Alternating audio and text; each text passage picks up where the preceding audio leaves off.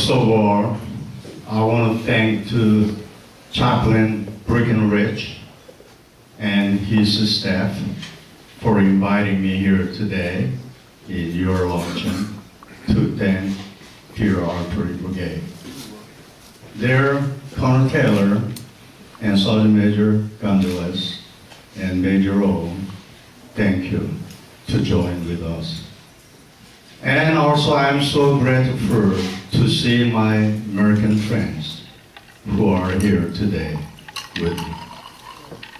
Before I start with my story, let me introduce myself. I am Mr. Chang, the owner of Chang's Tailoring Company at the Dragon Hill Lodge in Yongsan and Camp Humphreys. And I am also the elder of Itaewon Methodist Church. Today, I would like to speak about my old days, what had happened to me.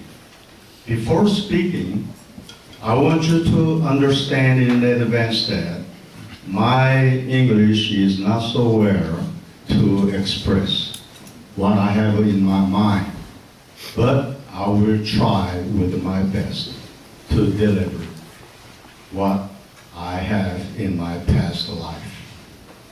This is first time in my life to address about my story in front of a public.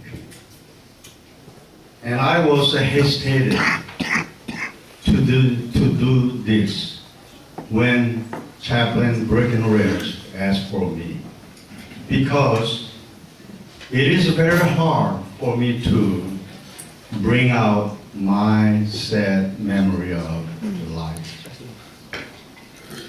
I was 11 years old and in elementary school when Korean War broke out in June 25, 1950. And I was born in the Itaewon.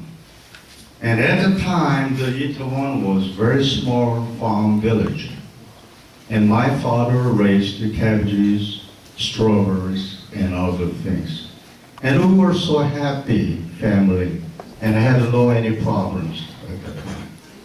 But happy life was ended by the Korean War. When North Korea invaded the South, we were so afraid of them, and we, the family, decided to get out of the South to avoid the communists. And we quickly crossed the Han River by the riverboat.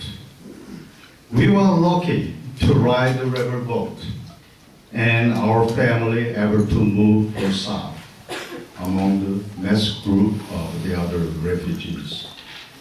There were so many people moved down for south in the small and narrow road. And the people were screaming for help, shouting at the person's name who lost. And it was just like a mad exodus. On the way to go down for south with a group of refugees, my mom kept telling us, don't lose your family, stick together. And she said, hold your brother's hands, pretty much you die. Otherwise you lose, you will never be found. But it came in the rear.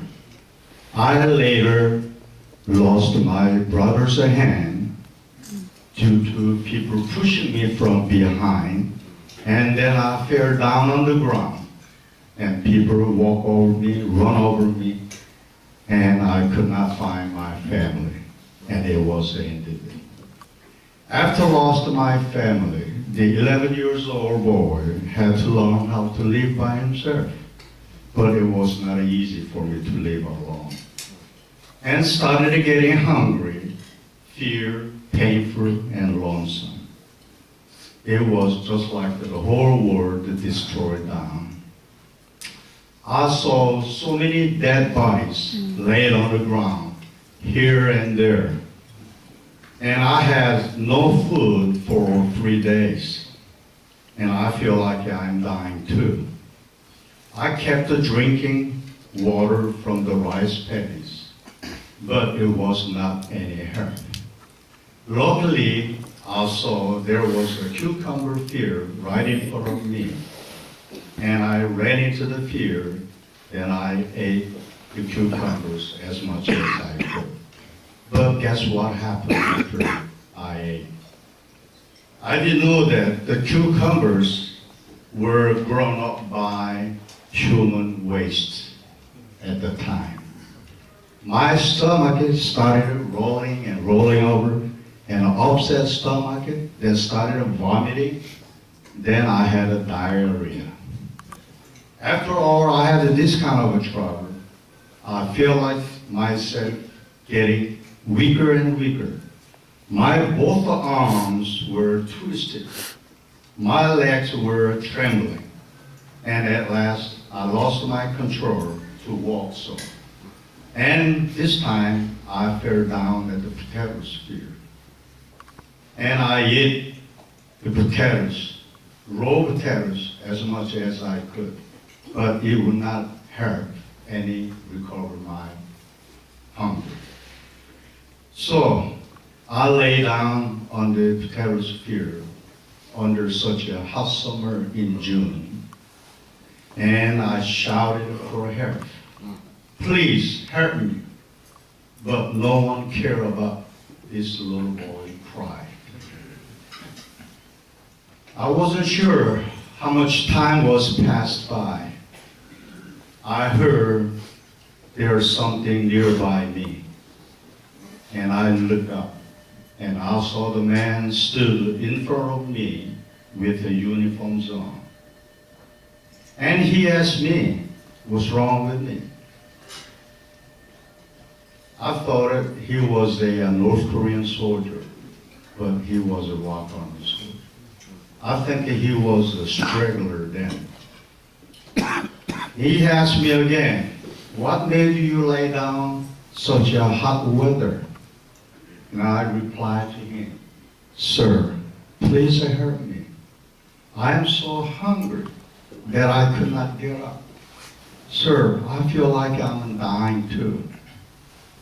After he heard of all my situation, and then he opened up his army rucksack, and he handed to me the crackers, the army sea ration. You will see the crackers on the table. And he gave me the half of what he had. And he said, go ahead, eat, then you'll be okay. Then also he told me, I could not give you all this because I have to have the rest of it until I found my unit. Then he was hurry up, walk down to South. And I didn't even have the time to say thank him. In order to remember of him through all my life, I eat these crackers every day to think about him. Without his help, at the time, I would probably die. And you will come to see me at the Dragon here, you will see the crackers over there every day. He was truly my Savior and angel of God. After I feel better and became in a good shape, then I started walking around the town as a beggar. And sometimes be a slicker boy to steal some food. At the time I had no place to go. And so I wasted my time during the day and slept under the roof of a house sometimes. And sometimes I slept in the street. As I was a lost boy and had no destination, I had happened to arrive nearby K-16, where U.S. Air Force Base area. Now we call Yeouido Island. I was wandering around outside the gate of K-16 to look up if I could find some places where I can settle down for sleep and eat. And there I happened to meet a few boys at my age who also lost their family like me. We automatically joined together and walked together around the area to beg some food from the people. And we together slept under the bridge of K16 at night. One day, we are walking alongside of the river bank to look something. And there we saw two American soldiers came to the riverside to clean their jeep. And we went over and asked, "Hey, GI, wash, okay?" Then one of the men said, "Okay, wash." So we 6 of us together and washed. And then they gave us a couple of dollars. So we told thank you, and we turned around, walking our way to buy some food with that money. And all of a sudden, one soldier came over to us, and he said, "Stop." So we were wondering why. So we stopped a moment. And one man approached to us. Then he grabbed me and put me on their jeep and drove into the K16 compound. So I strongly refused to go with them because they were the first American soldiers that I ever met in my life. And I was so afraid of them too. I cried and I said, no. That's all I could say at the time. After arriving at their compound, the numbers of soldiers came out of their tents and looked at me with very interested.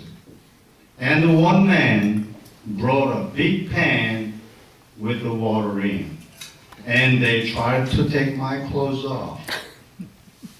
But I was so shy in front of them, and again I said no. But they took my clothes off anyway, and put me into the pan. They start washing my body with the GI brush and GI soap. That's what they said. And it took me quite a bit of time to finish my bath. Matter of fact, that I had no bath for a long time, and I knew how much I was dirty and smelled bad. After being finished with my bath, it seemed like they have some problem with me because they don't want to put my dirty clothes back on. But there was no any size of clothes to fit me.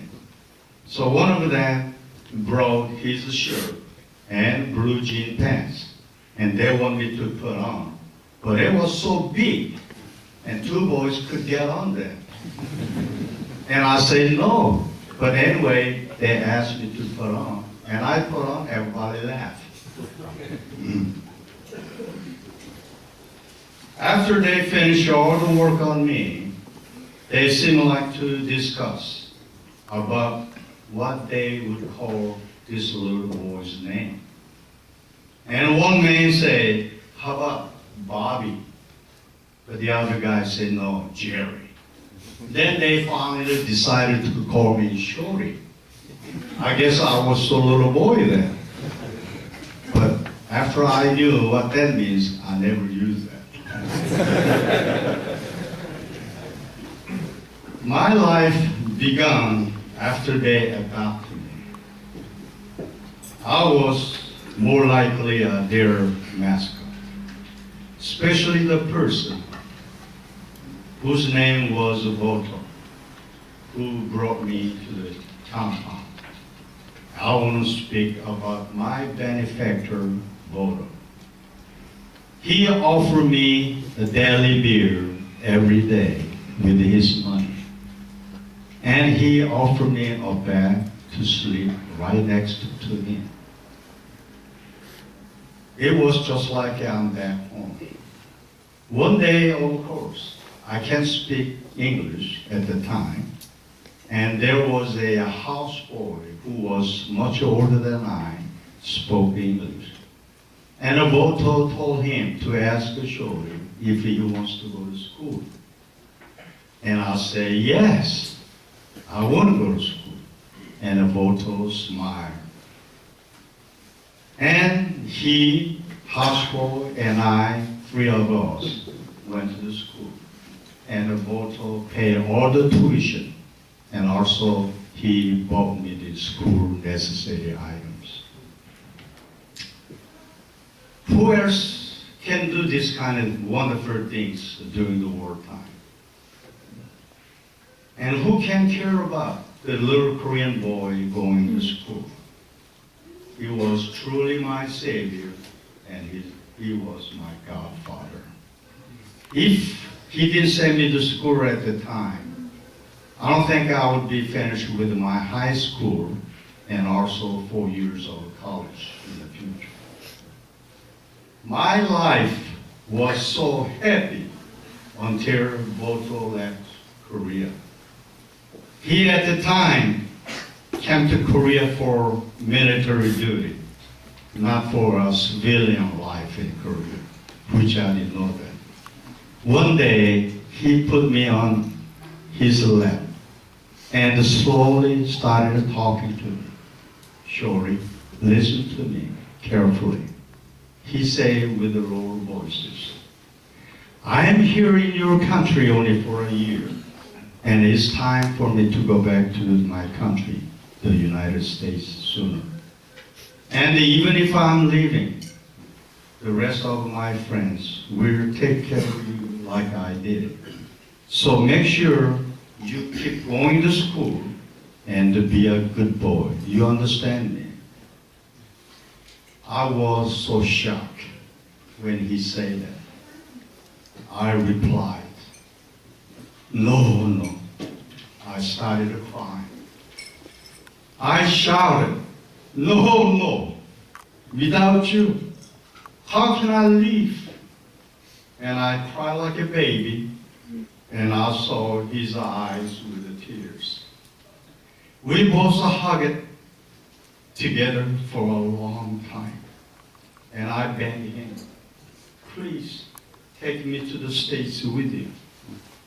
But he said, Shori, I'm only a soldier. I cannot take it with you. I wish I could take you with me, but I'm a soldier. Maybe someday you will come to the States. But I have never made his promise.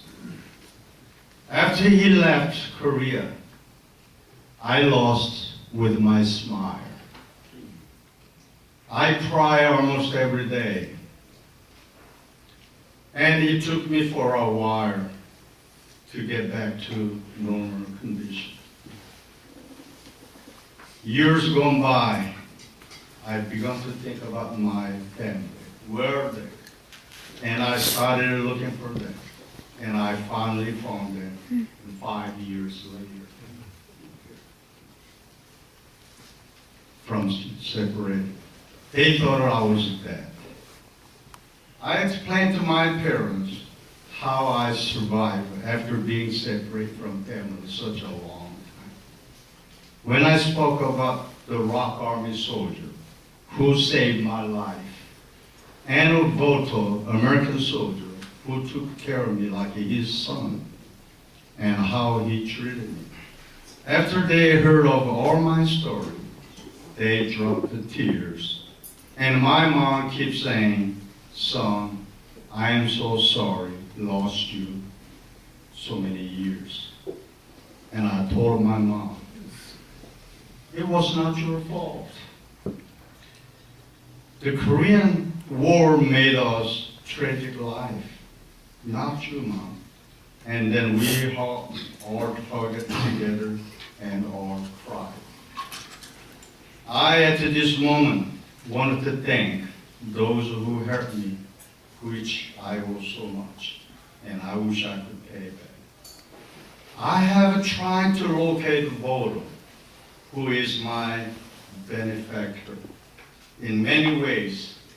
When I was a Seoul city councilman for 10 years, but I could not locate him. Or I knew that he was from the state of Indiana. If I can find out where is he at now and is still alive, I will fly out to the States right now and show him how he became a successful man as Mr. Chang. I often talk to my wife and my 2 sons and daughter about Voto, how much I owe him and wanted to repay back what he had done to me. And I always talk to myself also, what if there was no supported by the American soldiers like a Voto? What will I be? How can I be today? At this moment, I want to say every one of you to thank so much for your supporting Korea and Korean people. Korean people will never forget your devotion to defend for this country. I wish you all good luck while you are in Korea, and please take good memories of Korea when you go back to your country. As I am closing with my story for now, thanks again very much sharing time with me. The Bible says, Isaiah chapter 41 verse 10, so do not be feared, for I am with you. Do not be dismayed, for I am your God. I will strengthen you and help you. I will uphold you with my righteous right hand. Thank you, gentlemen. I really appreciate you are here with us. And I want to thank again to Chaplain Breckenridge and his staff inviting me here today. And I'm so glad that you are here with us. Thank you. 같이 갑시다. Thank you.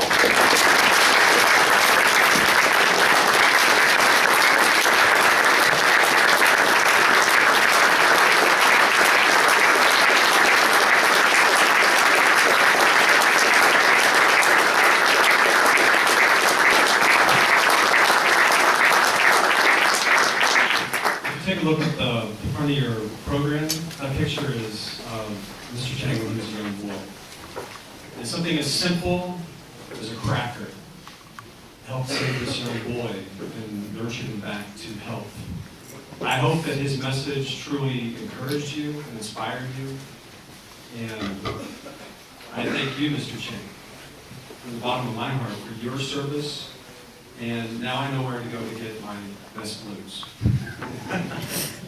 If anybody needs to have their best blues, Mr. Chang has a wonderful tailor shop at DHL and a remarkable reputation with the soldiers. We'd like to offer a gift to you, Mr. Chang, for your visit.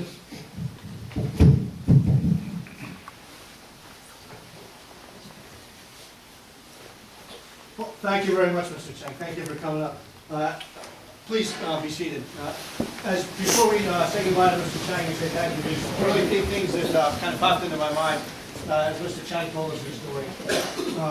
First, that is probably the most inspirational story I've heard in my life. The second is that it never ceases to amaze me that as tough as as bad as some people in the world are, there is always decency. And Mr. Chang is a product of what humans can do if they're truly decent and are truly honorable. And if there's ever any doubt why we do what we do, and when I say that, I also mean the Katusas that were privileged to be with us now. I think of his benefactor, the soldier who sponsored him. That is in all of us. I'm confident that it is. The third thing I'll say is that for 15 years now, our Army has been at war. And we talk a lot about resilience, whether it's spiritual resilience, whether it's emotional resilience, whether it's physical resilience.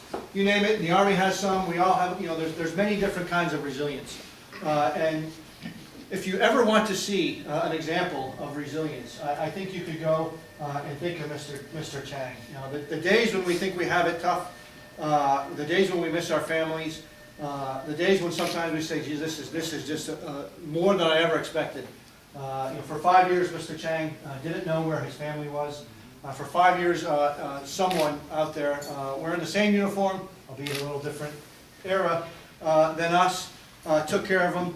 And for 5 years, he never gave up hope. He never gave up on himself. He never gave up on what he believed in. He never gave up on his family. And, you know, Shorty, do you want to go to school? What was his answer for that? He never stopped improving. Again, Mr. Chang, we can't thank you enough for what you've taught us today. We just have a small token. This is actually, for those of you who don't know it, when we fire the rockets, there's a cover for the rockets that pops off the back. And this is a cover from one of the rockets. We have some of our local craftsmen paint it for us. But what I like the most about it is the 2 flags on it. Because it's not, when we say us, we truly mean us. Both us, the United States, the folks that say U.S. Army, and then our Katusi and our Rock Army counterparts. So thank you very much, Mr. Chang. We'll think of this often, and I hope, again, just one small token of our appreciation.